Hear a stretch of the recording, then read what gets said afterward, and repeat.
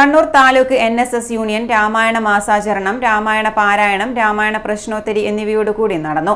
രാമായണ മാസാചരണം ദേശീയ അധ്യാപക അവാർഡ് ജേതാവ് രാധാകൃഷ്ണൻ മാണിക്കോത്ത് ഉദ്ഘാടനം ചെയ്തു.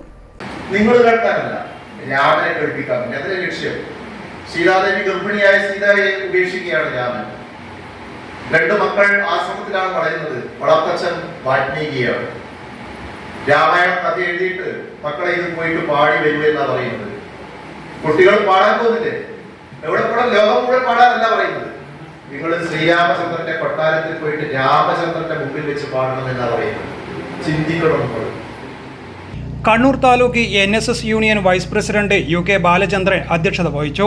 NSS വനിതാ union president TP Premalatha, NSS പ്രതിനിധി സഭാ അംഗം CK രവീന്ദ്രൻ നമ്പ്യാർ, യൂണിയൻ ഭരണസമിതി അംഗങ്ങളായ MK Anandakrishnan, PC Prakash, Babu Kombilath, Pavithran Nambiar, P Dileep Kumar, TV Lathika, union secretary P Kanakarajan എന്നിവർ സംസാരിച്ചു.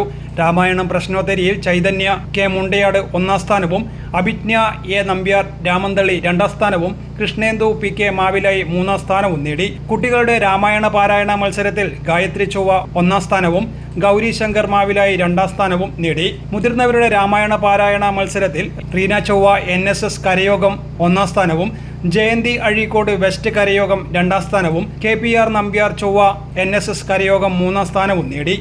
News desk city news.